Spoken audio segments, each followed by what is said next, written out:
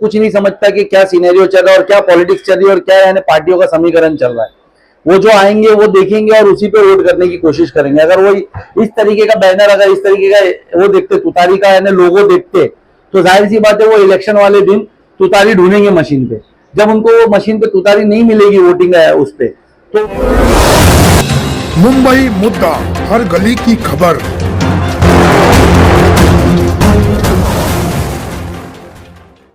सैफ भाई, social media पे आज आपका एक वीडियो वायरल हो रहा है काफी तेजी से।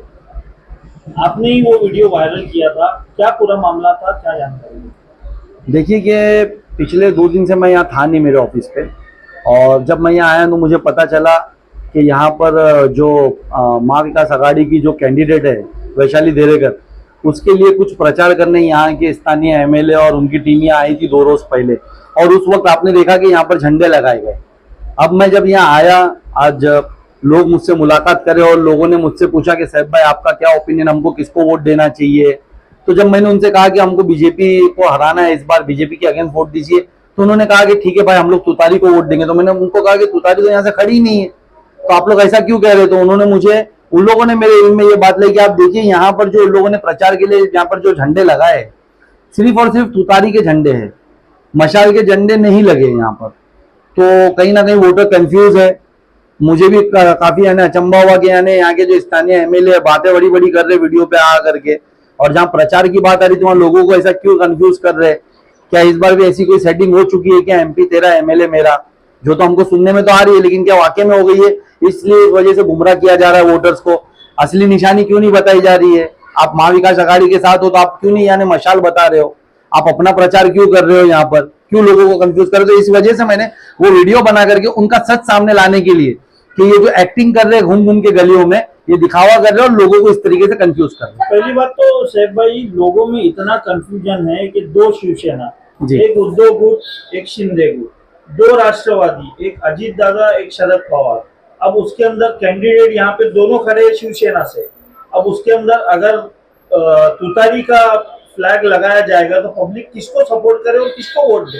देखिए एकदम कॉन्सेप्ट क्लियर है लोगों को अभी तक, यानी जो यहाँ पर यानी वर्किंग है, आप जानते हो कि शहर के अंदर जो सुबह 9 बजे यहाँ से चले जाते हैं और शाम को यानी 10 बजे घर पे आते वापस, उनको कुछ नहीं समझता कि क्या सिनेरियो चल रहा है और क्या पॉलिटिक्स चल रही है और क्या यानी पार्टियों का समीकरण चल रहा है। वो जो आएंगे वो देखेंगे और उसी पे वोट करने की कोशिश करेंगे। अगर वो इस तरीके का बैनर, अगर इस तरीके का वो देखते, तुतारी का यानी लोगो देखते, तो जाहिर सी बात है वो इलेक्शन वाले दिन तुतारी ढूंढेंगे मशीन पे। जब उनको वो मशीन पे तुतारी नहीं मिलेगी वोटिंग उस पे, तो उनके पास सेकंड ऑप्शन कोई बचेगा नहीं, तीर कमान मिलेगा, और वो कंफ्यूज होकर के तीर कमान को वोट दे देंगे, जो इनडायरेक्टली बीजेपी को चला जाएगा। आम आदमी अभी तक इसी में परेशान है कि शिवसेना जो 2 हुई है उसमें से किसको वोट डालना है, कौन है, इसी में आम आदमी परेशान है।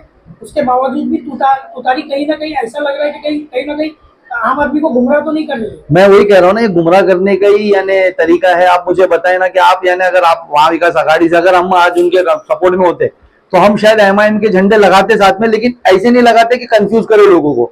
हम उनकी निशानी को ज्यादा हाईलाइट करते, हम वो मशाल को ज्यादा हाईलाइट करते, या दोनों झंडे साथ में लगाते। लेकिन इन्होंने तो यानी उसका झंडा तक नहीं लगाया, उनकी निशानी तक नहीं बताई है।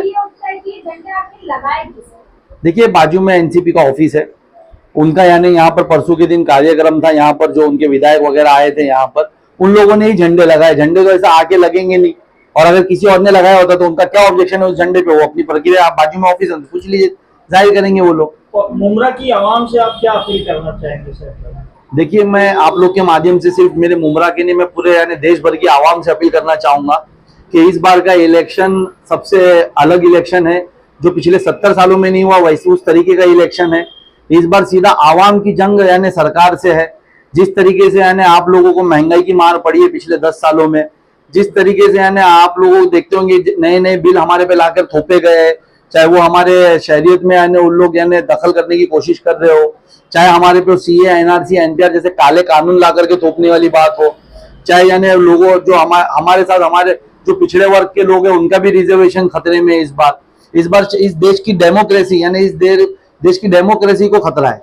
देश डिक्टेटरशिप की तरफ जा रहा है। तो आप लोग, मैं पूरे देश की आवाम से अपील करूंगा कि इस बार आप लोग वोट करिए, अपने घरों से निकल के वोट करिए, और पूरे 543 सीटों पे जहां पर भी आपको लगता है कि एनडीए, बीजेपी उनके जो भी साथ वाली जो भी पार्टियां हैं उसके खिलाफ जो भी स्ट्रॉन्ग कैंडिडेट होगा आपके कॉन्स्टिट्यूएंसी में उसको वोट करके उसे जिताइए। इस बार बीजेपी को हराइए, नहीं तो इस देश की डिक्टेटरशिप, इस देश को डिक्टेटरशिप की तरफ लेके जाया जाएगा, डिक्टेटरशिप आ जाएगी और डेमोक्रेसी पूरी खत्म कर दी जाएगी। सर, पर ऐसे लोग जो लोगों को गुमराह कर रहे हैं, इन पे आप क्या कहना चाहेंगे? देखिए, ये मैं यही कहूंगा कि जो गुमराह कर रहा है वो भी बीजेपी का एजेंट है, कहीं ना कहीं वो बीजेपी का साथ दे रहा है, बस दिखावा यहाँ पर हो रहा है। मैं बता रहा हूँ कि पूरी सेटिंग जैसा पिछले 10-15 सालों से चल रही वैसी हो गई है।